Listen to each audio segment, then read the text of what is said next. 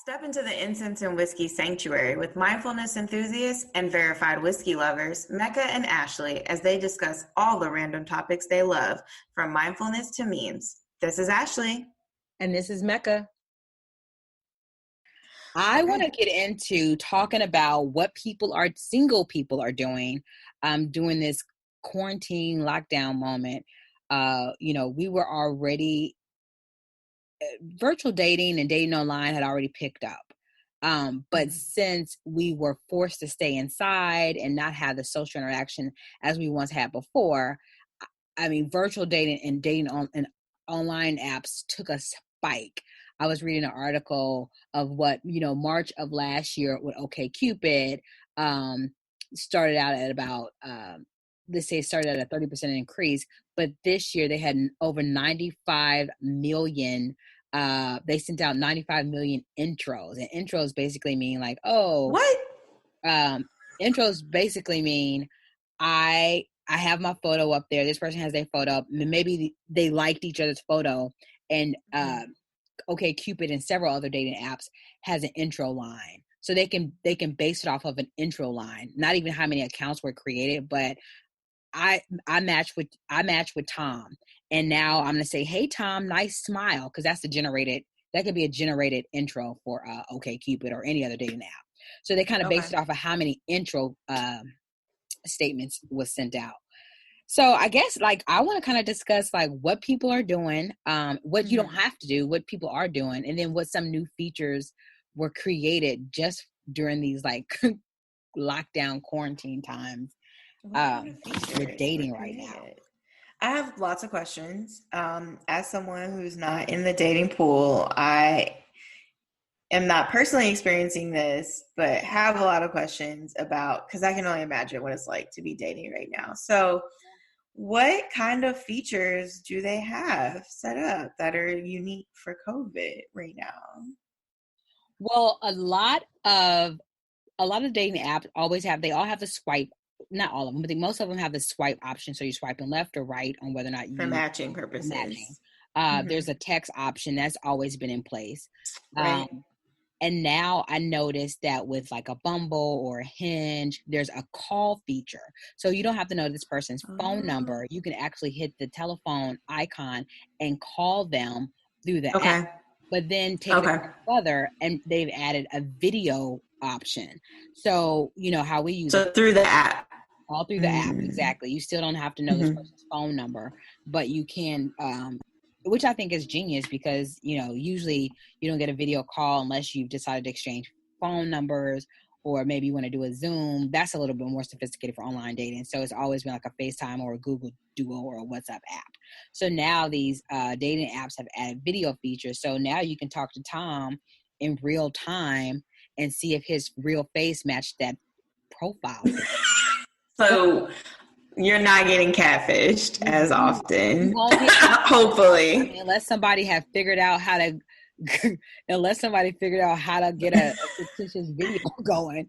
Find some kind of filter for the beauty app, the beauty filters. Yeah. Okay, so my hope is, and I'd be interested to find out your response to this. Do you think that having these, first of all, why didn't they have these types of features before? And secondly, do you think that they'll maintain these features once COVID-19 is no longer as much of a concern? And then thirdly, do we think that more realistic connections or actual genuine connection will occur in this type of online dating environment?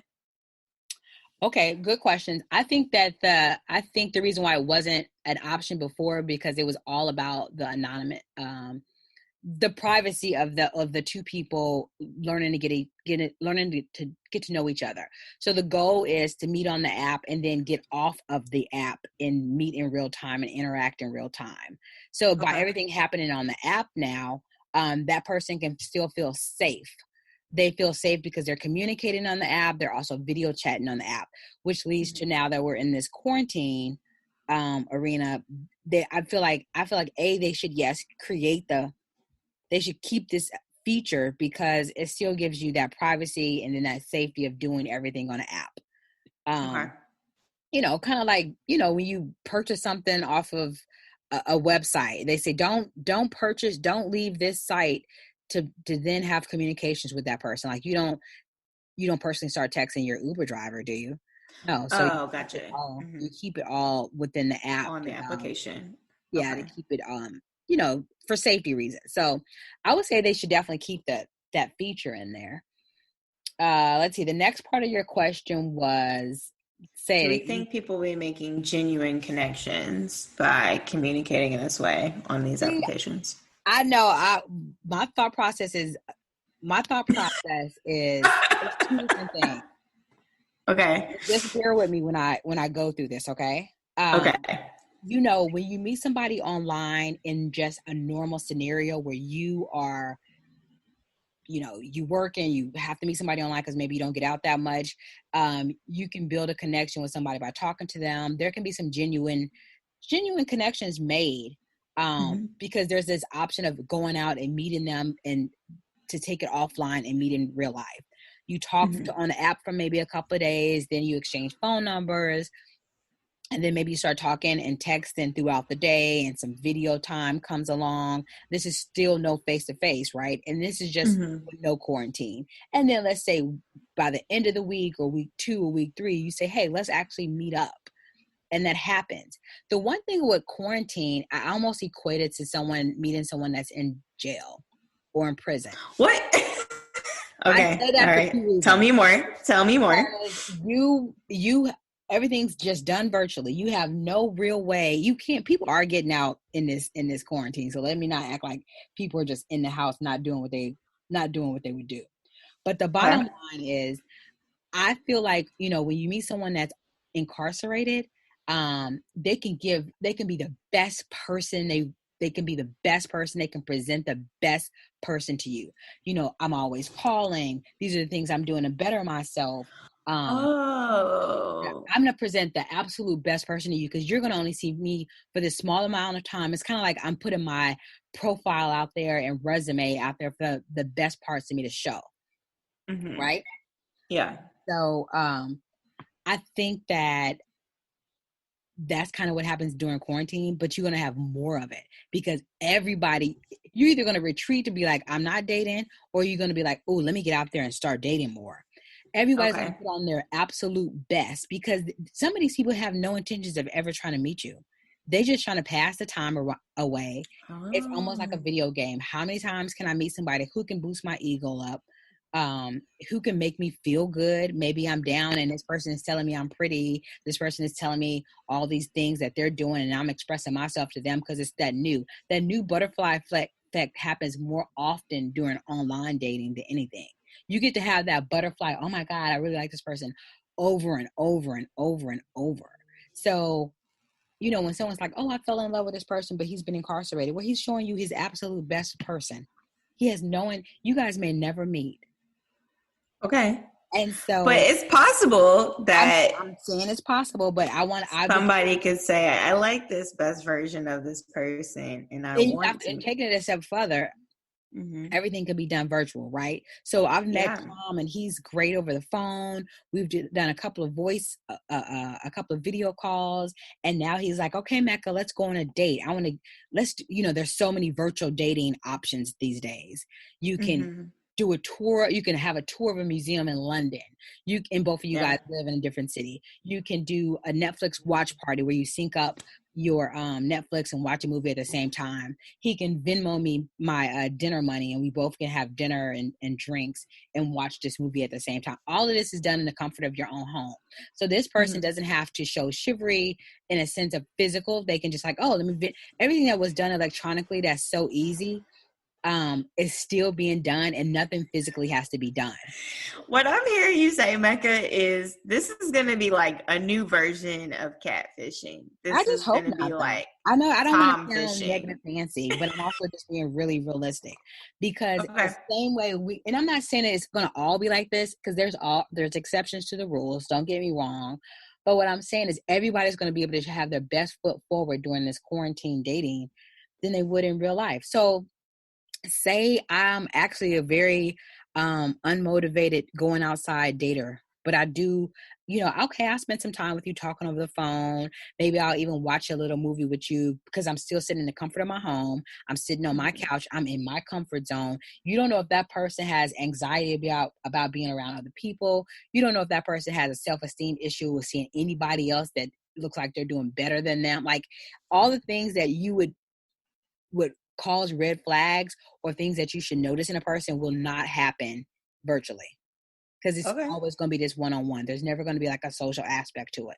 So you have all this time to think Tom is the best person. Tom does this. Tom does that. Put Tom outside with everybody else and you're out there with him and you guys are in the public. That's when you want to see how Tom acts. But you're not going to be able to do that. Okay.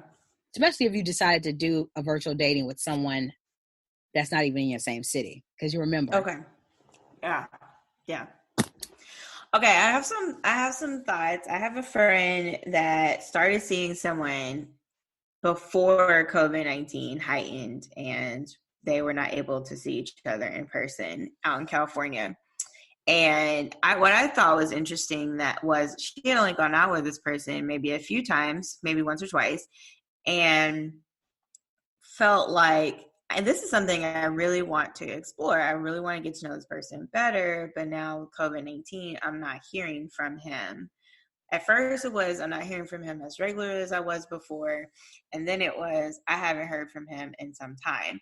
And if this is truly the end of the world, this is somebody that I do want to be spending my virtual emotional time with. But wait, And he hasn't reached out to her? has not, last I heard, reached out to her for maybe a couple of weeks. And so I need to follow up, but it does seem like there are some people, my friend, for example, who may be taking the perspective of, if this is truly the end of the world, I really care about genuine connection. And I was connecting with this person and I want to maintain that. And I don't want him seeing other people, which I think is interesting. And I think that maybe historically in dating, people were a little bit lazy and not, how do I say this? Not putting in the effort to have phone calls and meet in person. I think now when you're having regular phone calls with an individual, you are going to more quickly find out, do I connect with this person? Do we have good chemistry? Those kinds of questions. And there are still, in my mind, some people who are going to say, I don't have time just to be talking to somebody that I don't get along with by phone to watch a movie with or hang out. I'm hoping that COVID-19 and virtual dating today makes people have more real conversations and real relationships, albeit by phone and video conference. That is my hope for the world today. Well, I think that's a great hope, but I wanted to say something back to your friend. I know what she wants, but apparently she's not getting it from the person, so it's probably not mutual.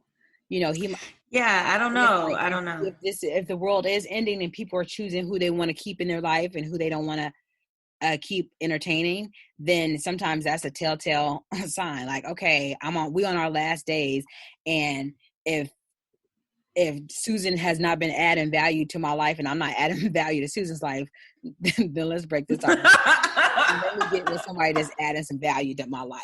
And it's right. It's okay. Or who I want to talk to, right? Yeah, like I have this time. Exactly. And that you just said you hope that there's going to be some genuine connections. I agree. I would want that because of what happened. We actually decide that whoever we're spending our time with is genuine and no more of that like passing time away, in between time, in between person, right. Deep fillers, all of that is like gone away with. I hope that, yeah. And I think that maybe we value our time differently coming out of this. And so we would spend it differently is my hope.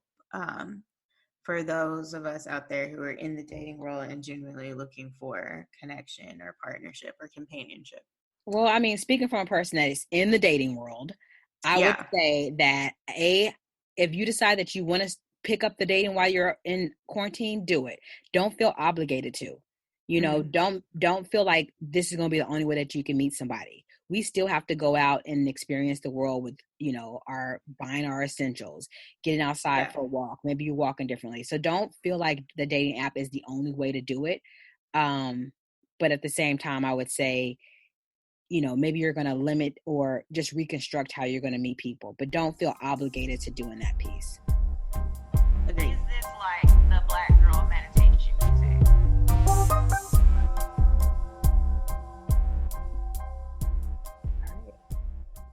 Mecca, it is time for a round of fire and ice. Are you ready? Fire and ice, baby.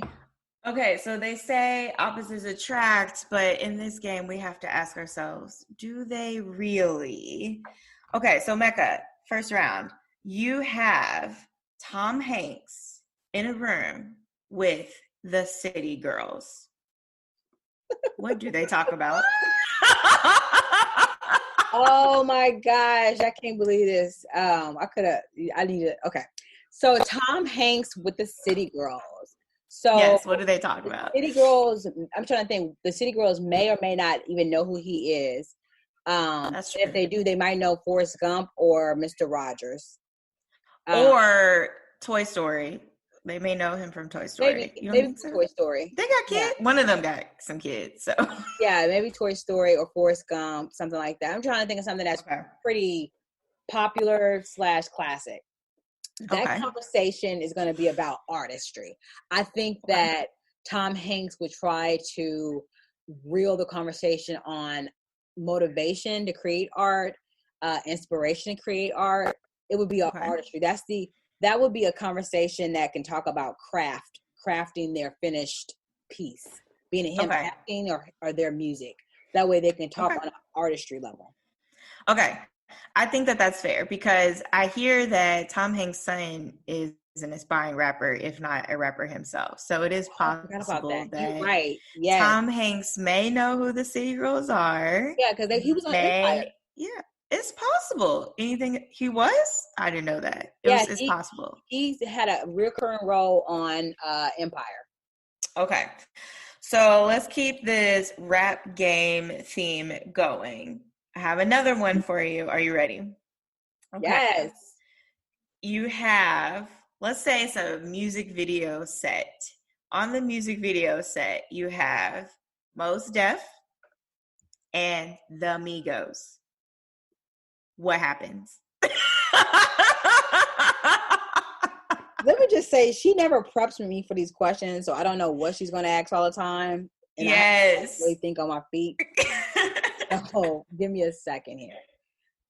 You got Mos Def and the Migos. So you probably, you know what? I think that, Mos Def has changed his name now, right? It's not Mos Def anymore. What is he going by now? I just saw him in concert with Robert Glasper not too long ago.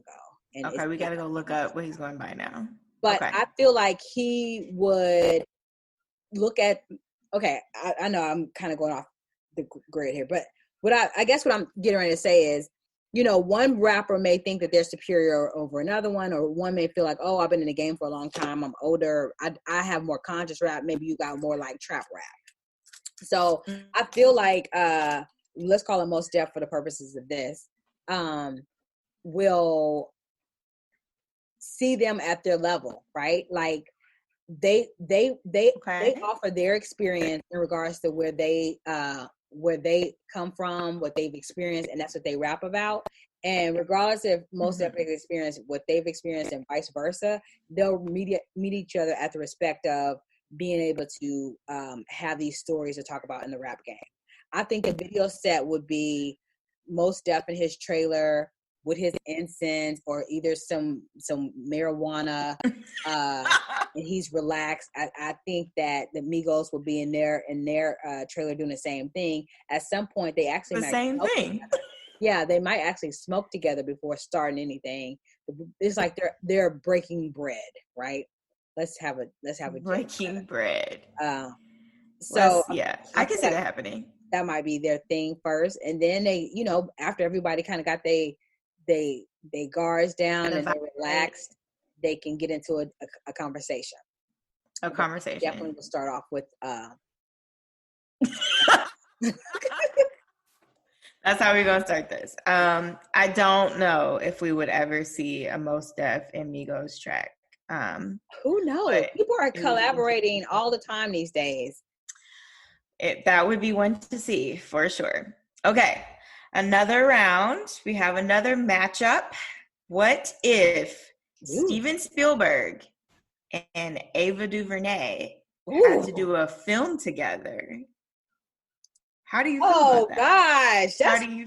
I think you can't see me, but the dance and the movement that I just did express what the movie would be. It would be so groundbreaking, so visually appealing to where I feel like it would be amazing for this movie to come out right after Corona, so then everybody can be like, or it could come out during Corona, and then everybody can aspire to something if they haven't already gotten to this higher level. Okay, because inspiration. I feel like it's gonna be something that's gonna be mind blowing. It's gonna elevate you. It's gonna tell a story of, I don't know who the story is gonna be about. Is it gonna be about Black culture, white culture, Asian culture? The LGBT? Is it gonna be gender? Is it gonna be growing up? I don't know. It's whatever story is gonna tell is gonna be so in depth to where you feel like you're an expert at that piece. But it's also gonna be visually beautiful. But maybe it would have to be a book first, because Steven Spielberg is really good about turning movies from books. So books. Yeah, that's true. A movie. So it could have been a book first. What book? Yeah, and then Ava DuVernay is amazing at telling stories that have already occurred, right? So that's kind of both. Yeah. That vibes. What's one of the books that you would love to see become a movie, but it has to be amazing, like The Coldest Winter Ever, or something like I don't know. I'm just throwing something out there, but something that resonates heavily in the African American community that we would love to see on screen, being done well and extraordinary.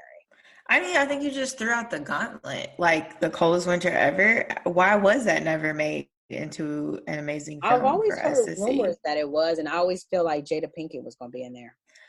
I mean, that's her jam. She talks about that as one of her top books of all time. So, I mean, you named it. I don't think you can compete with that. That was throwing down the gauntlet right there, Mecca. Like, yes, why is that not a film?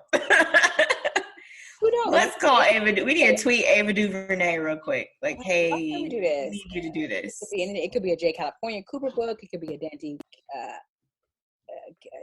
It could be a variety of things. But I think that whatever we see is going to be extraordinary. It's going to give so much inspiration.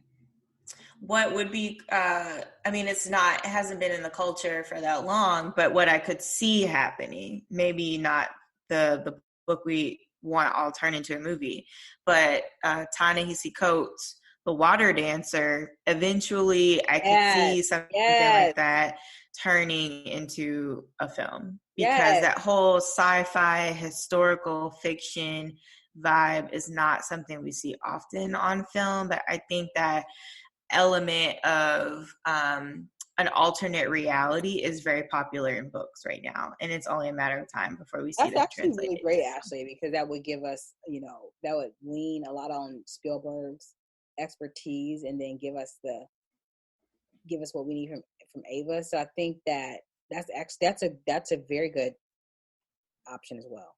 Yeah, those are my thoughts. And that, my friend, is another series of Fire and Ice. Fire and Ice. I like it.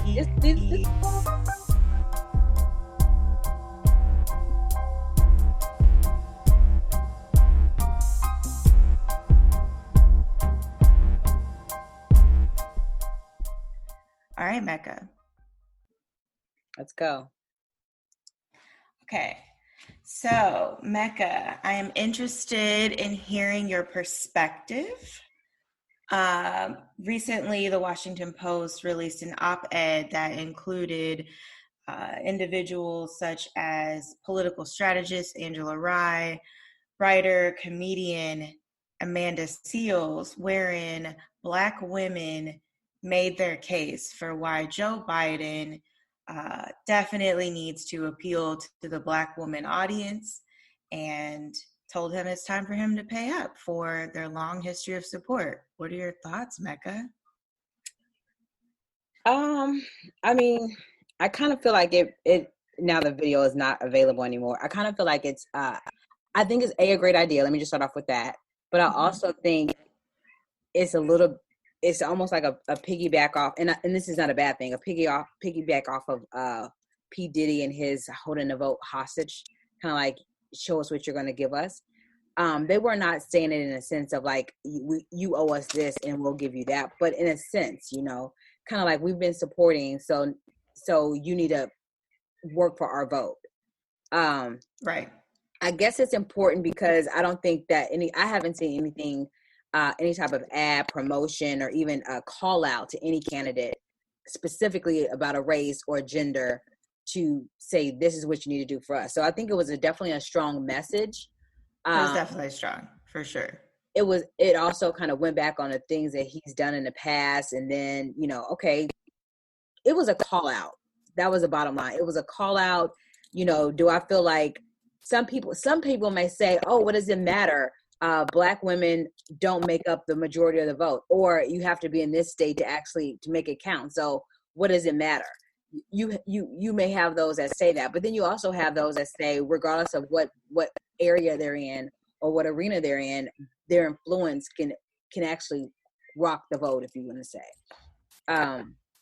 So I think it was a strong message. I think it was something that was needed. They can do that for any candidate that they love. I would love to see that. I know this is all like new to us in regards to being this involved. I mean, this day and age is not a new thing, but being this involved, I think that I would like to see this going forward with any candidate. I mean, even down to the city council. Like, I mean, it starts with your community. It starts with local government, and then great, we're doing this with presidency. So when you say, I would like to see this I'm hearing you say, I'd like to see this with any sort of election. Do you mean different demographic groups speaking up and saying, this is what we're interested in, this is what we care about? I was referring to African Americans specifically, doing that with various candidates. But I mean, if you want to take it a step further, yeah, you know, we do have, if you only talked about African Americans and right now that was their platform, that was their way of saying, this is what we need. It's not saying that, you know, this other race or other gender doesn't need X, Y, and Z, but it's like, this is what we want to come to the table. This is what we want to see happen. Okay. I think it was strong. Support that. What do you think? I definitely think it was strong. I think it was a strong statement. I was honestly shocked, to be honest, at how direct the messaging was.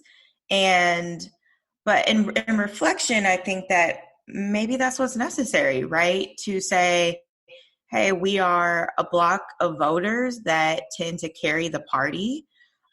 They went back in history and made factual statements about the long history of support of Black women, in particular, the Democratic Party, mentioning the 2016 election. We all know 90+% of Black women voted for the Democratic candidate, Hillary Clinton, during that time.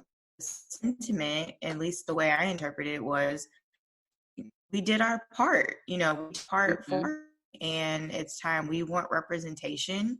We want a Black woman to be represented on the ticket in the Supreme Court. They called out Joe Biden for his long history of supporting various crime bills, right? And, and you think about the Black womanist movement, and the fact that Black women, they don't just advocate for themselves, right? They tend to advocate for their families, for their partners. So I think once you position a Black woman in power, you're elevating a whole group of people. And I think that was the underlying message that they were carrying, and I fully support that. And I'm interested to see what the Biden response will be, to be honest. Those are my thoughts. So, and it was also interesting to see that they said, if you were thinking about Amy Klobuchar as your running candidate, your running mate, that ain't it. That's pretty much what they were saying, Mecca. Yeah, like we need a black Like, woman in office with you. right. They were like, if that's where you were going, then that ain't it. So, I mean, those are my thoughts on it. I'd be interested to How do see you what think the he took response it? is. Yeah, like I mean, if you had to guess what was going on in his office and what the conversations were like, what do you think? I don't know. Honestly, Mecca, what I do hope, I know that there are Black women working with the Biden campaign. So I hope that they got the room together and the representation was right in the room to say, hey, how do we respond? I think there has to be some sort of, we hear you and we acknowledge what you're saying. At the very least, there has to be that acknowledgement. And I hope it comes out with the quickness, because I feel that people will be coming after the Biden administration. And, this political race is going to be an interesting one, and we need to be on our toes. And I think Biden probably needs to be more responsive at this time, in light of just how different the political environment is right now, and the ability to campaign, right? In the midst of COVID-19, there's not a lot of, you can't have rallies, you can't, so it's going to be important how he responds. I agree. And I'm curious if there's going to be a response. I would hate for there not to be a response. There has to be some kind of response. If he does not respond, then, whew, child, I don't know. I don't know. Campaigning is different right now, right? Yeah. Campaigning is different. I've noticed everything is different right now because we are in a position of not being accessible to everybody. So, right. He can easily hide behind not being available for a comment on video or whatever. Like, there's so many aspects to this for them not to respond and to be like, oh, well, it's COVID-19. That is possible. I mean, that is very much possible. I hope that doesn't become the case. Yeah, we shall be monitoring the situation and coming back and discussing how the situation progresses. Absolutely. For sure. I would love to come back and revisit once there's a response, and even just kind of hear what other people in the community think of the video. I just noticed that it's not available anymore on Washington Post. I just tried to pull it up. That's interesting. I wonder why. Yeah, I don't know. Interesting. Well, I was happy to see it. I was impressed. Some of the females that we know that are that freedom fighter, always out there, always using their platform, where stay advocating. So yes, I think that was good to see. And a few faces. It was definitely a powerful statement. I'm sorry, say it again. Yeah, it was a very powerful statement. Right.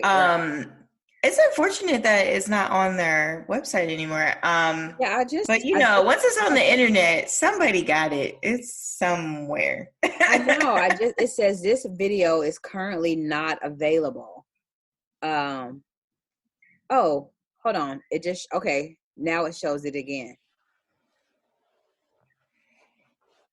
Okay. So for anyone that doesn't know what we're talking about, the Washington Post recently released a video or a visual op-ed by a group of Black female activists, strategists, comedians who made a statement regarding the concerns of Black women and their desire to see representation amongst and within the Biden administration. So make sure you check that out. Right. It's under the opinion section. The title is Vice President Biden, You Need Black Women Voters. This is how to win us.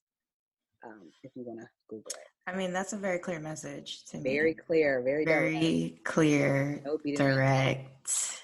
All right. What do you think, as we segue into, we mentioned COVID-19 and some of the limitations that we do have with this virus. Right. What do you think about individuals that wear a mask, individuals that decide not to wear a mask, when they're outside? I don't care if they're just walking their dog, running, right. Getting some fresh air. what's your take on the wearing the mask, and even those that are not wearing the mask? Right. So I have to say my opinion has changed. At the beginning of COVID-19, when we had less information available, when going out in public to various stores or to run errands that needed to be run, I was concerned when I saw individuals with masks because I felt like, are you sick and concerned about getting others sick? And if that's the case, then maybe you should not be out in the public. As more information has become available, however, I recognize the importance of everyone wearing a mask just to minimize or mitigate any potential transmission, regardless of your physical state. And so now I wear a mask whenever I'm out in public. And I get concerned when I don't see people wearing masks. And the sentiment that I get from this is I feel that people not wearing masks, you care about yourself more than you care about the person next to you and your community. That's so I'll stop there and say those are my thoughts now. What are your thoughts, Mecca? Going out at first, I agree with you in the sense that when it first came out, I was very like, to see everyone wearing a mask was frightening to me because, while visiting other countries, I mean, I went to Japan last year and I think it was very common to be able to see that because that was something that they did.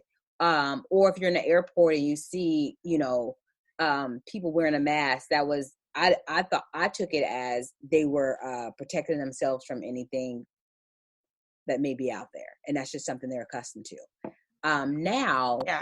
Now when I see it, I just feel like, as you said, I feel like it's one of those things that you're protecting yourself, but you never know, right? I could be wearing a mask because I've already had the virus. I've gotten over it. And so I might be protecting you, right? There's not a lot of information out there, right? All these different scenarios, but I feel like if there's one little small thing that you can do to protect yourself and others, I say just wear the mask or wear some type of covering, because though I may not have a symptom, I don't know if I've never gotten tested. I don't know if I have it. And if I'm just walking around with it and I'm living, fine, that doesn't mean if I do have it and I give it to someone else, they're going to react in the same manner. So I see you wear the mask. I think you definitely are taking care of yourself and also being respectful of other people. When I see you not wearing the mask, and I see that quite often, I think it's just disrespectful. It's one thing to not wear it when there's no one around you, or you just kind of like, at a park bench and you're not, and no one's around you. You kind of just want to not have it on. I get it. I'm referring to, being outside and I do exercise. I may do a jog, or maybe running on the stairs, or I may go over to the waterfront, and you see certain people that don't have it on, but they're also in their secluded little area. But then you have people that are just running wild in the streets and doing their exercise, living their best marathon lives. Yeah. And they don't have a mask on. Can we talk about the runners though? I do think the runners should be wearing masks though. I do too, to the point that there are signs. Someone has taken the time to spray paint light posts to say, joggers, wear your fucking mask and be respectful for the fellow citizens. I'm going to take a picture of that and upload it. Because I'm like, yes, it has nothing to do. It's hard to breathe. It's hard for me to breathe when I go into the store with it. I don't want the thing on either. But also when you are exerting that much energy and droplets and sweat. Exactly. Like, you're breathing in, exhaling out. Yeah, definitely. I agree. And the jogger, everyone is a jogger now. Everyone. Yes. Everyone is running. Well, I mean, it's great that everyone's exercising, but that doesn't give you a pass not to wear your mask. Wear your mask, people. We need you to wear your mask. Protect yourselves. Protect the people around you. And I was thinking about this the other day. It's similar to the vaccination argument, right? You have some people who say, I don't feel that myself or my child should get this vaccination. For whatever reason. There's a number of reasons that people say that. But you not getting the vaccination, you're still benefiting from a whole community of people around you who have gotten a vaccination. So that's a whole area of privilege for you to feel that you are exempt and it's safe for you and it's okay. In part, honestly, it is okay probably because everyone around you is vaccinated and is, taking that precaution. So I think of the mask in a very similar fashion. That's a good Maybe analogy. it's okay for you not to wear your mask, but that's because there are people around you who are, and we all need to do our part in this one. But taking it a step further, if you decide not to get vaccinated and you want to be out with the general public, what are you doing to protect yourself and others? Right? Or what are you doing? I don't know. I don't know. What is it that you're even doing to protect yourself? Because I could see, right before this happened, there was already this issue like in Oregon and even California about kids that didn't get vaccinations, and it may happen everywhere else. We're not going to be allowed to enroll in school. And so a lot of parents were in uproar over that because they kind of felt like, kids are germing, whatever. If I don't want my kid to have this measles vaccination or this chickenpox vaccination, why can't they go to school? Well, you at some point you look at it like, okay, are you putting your kid at risk, or is there other paths that you're taking to protect them? So when you don't put on the mask, is there other ways you're protecting them? Because, are we looking at it yourself? You mean as an individual? As an individual, are we looking at a senseless death? It's kind of like do I have sex without a condom, knowing that this person may have a disease, or what am I going to do to ensure that I don't get the disease? I don't know. I think so say they come up with this vaccine and everyone's like, well, oh my God, I have to get it because I absolutely don't want to have corona. But then they also come up with a treatment plan. I feel like, the wave that we have is going to be that 50-50. Some people are going to decide, I don't want to get a vaccine, but I want to get a treatment. I'll risk getting the virus if there's a treatment, right? The same way with vaccinations. Some people will say, I'll risk my kid getting it because they could be treated for it. Right. Well, do you think it will be the vaccination will be voluntary? Because if you think about it, well, okay. So I would be interested to hear more as more information comes out.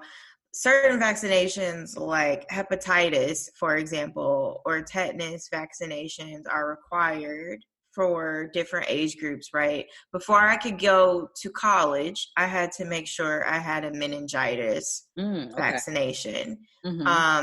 And so that was a requirement, and I never got meningitis. And it's also interesting because because I think the vaccination is widely available and required, it was like, I don't even know what meningitis is. I never had to think about it. Yeah. However, there was a woman in my first year class who she never got the vaccination for whatever reason. She was admitted into the program without the vaccination. She did get meningitis because, we had the old school shower situation, like the group shower situation. Yeah. And I don't know if that was the driver, but she did get meningitis toward the end of our first year. She had to withdraw, and she was not able to come back. I think she had missed basically half of her first year and half of sophomore year. So she missed 2 full semesters of school because she was dealing with this bacterial situation. So, I mean, if there's a vaccination, it'll be interesting to see. Is it a voluntary vaccination? Is it something that becomes required, just like, hep, meningitis, etc.? Yeah. We'll have to see how that goes. Yeah, that's interesting. I mean, once time is going to tell, right? Once things become more developed, I'm interested in seeing how it's going to happen. Right. Just quickly, not trying to harp on this part, but what's your feelings on these states slowly opening up? And some of them are opening up gradually and with limited businesses opening. Like, what's your take on? Yeah. I think in an ideal scenario, you would have a federal government, benevolent federal government Hello, that got it. provides information, national information from the nation's scientists, top scientists, who came there to say, we as a country need to think about how we need to be thoughtful and intentional about how we're going to resume business, reopen, etc. And some federal guidelines that we like to. I don't think people understand a guideline is not the same thing as a mandate. Just Right. like a practice is not the same thing as a policy.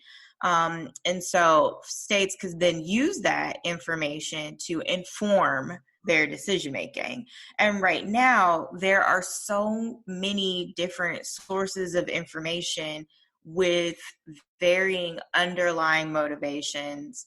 It's hard to know what decisions are best. And so, given that there's all this disparate information, I think it's probably best that states are deciding for themselves Right. what they're going to do and using whatever information they have available to them. I think it's an unfortunate disadvantage that we don't have the best of the best aggregated into one location or document for reference. But I think every state is different, right? Montana reopening is not the same thing as Illinois reopening. Exactly. Yep. And so, yeah, we're places where there's more rural versus urban populations, and you're thinking about density and proximity. New York is not the same as California. I mean, when you just think about the population size, the land the geographic, area, it's just all different. So I think every state's got to be smart about it and do what is best for them. I wholeheartedly believe in that. I just am concerned about the motivations, whether they're more economic than health concerned, to be honest. That's what we can't control for when you have the states individually deciding what they're going to do. Those are my thoughts. Yeah, I mean, and to sum it up, I feel like, my opinion is it's definitely economic. It's not health. I mean, you have talking about what should be done. You have an administration saying this is what we're going to do, and for every state to have their own rules. I mean, even when it started, there was no blanket policy put in place. So I feel like it's definitely economics, and it's unfortunately some of the states that have gradually opened up have risen numbers in viruses. So it's going to be up to yourself to be taking care of yourself and self-preservation. You have to take care of yourself. I, a long time ago, came to the conclusion that if you don't have your health, you don't have anything. And I think that is likely true for our nation as well, because if we are not mindful of doing things in the healthiest, safest way, then there are longer term economic effects of that, right? We know today we are experiencing a number of deaths, unnecessary deaths, and the death toll, unfortunately, does not need to be as high as it is, or should not be as high as it is. And so you're thinking about those are workers or potential workers in the economy that we're losing now. Beyond being, they of course are our family members, our friends, etc., but they are also members of the economy. And if we're not taking care of the health of our physical health of our people, how could we even be talking about the health of the economy? There's first things first. And so it'll be interesting to see how the conversation evolves. Well, we shall stay tuned. I don't want to be over educated on this news piece that keeps me like drawn in every second of the day, but I also want to be aware to make smart decisions. So thinking about that, how are you practicing self-care in the age of COVID-19? How am I practicing? Well, so I feel like I was practicing self-care, and I may have been quarantined. You were in quarantine before quarantine was a thing. I didn't even realize it. I feel like now there's definitely more time to be gentle with yourself in the morning, in the evening, like what one may have to rush to do in the morning, you have more time to do it. You sip your teas. Maybe you're doing your meditation longer. Like now I do 2 meditations a day, and I wasn't able to get 2 meditations a day in before. Okay, so that's different. You've upped the meditation game. Okay. Daily like active into my gratitude. So at one point it might have been like, once every 2 weeks, maybe once a month I'll see it. But now I'm actively, writing into my gratitude journal every day. Now this is a practice that I wanted to have prior to any of this. I wanted to be able to do this daily, but I would let my day-to-day start so quickly that I didn't incorporate it into. Okay. So now I feel like adding my gratitude daily has been a thing for me. And getting stuff done, not letting things lure over my head. That's a piece of self-care, of just not like procrastinating on things that I wanted to get done. And it could be little things. I don't care if it's cleaning out a drawer, a closet, making a phone call, whatever. Not having this long list of to-dos have been slightly getting ticked off the list. So that's a bit of self-care. Yeah, I think that there's been a lot more time to do it. I mean, you can either use this time to worry about what's going on, or you can use this time to really get into yourself. I've used this time to get into myself. Okay, into it.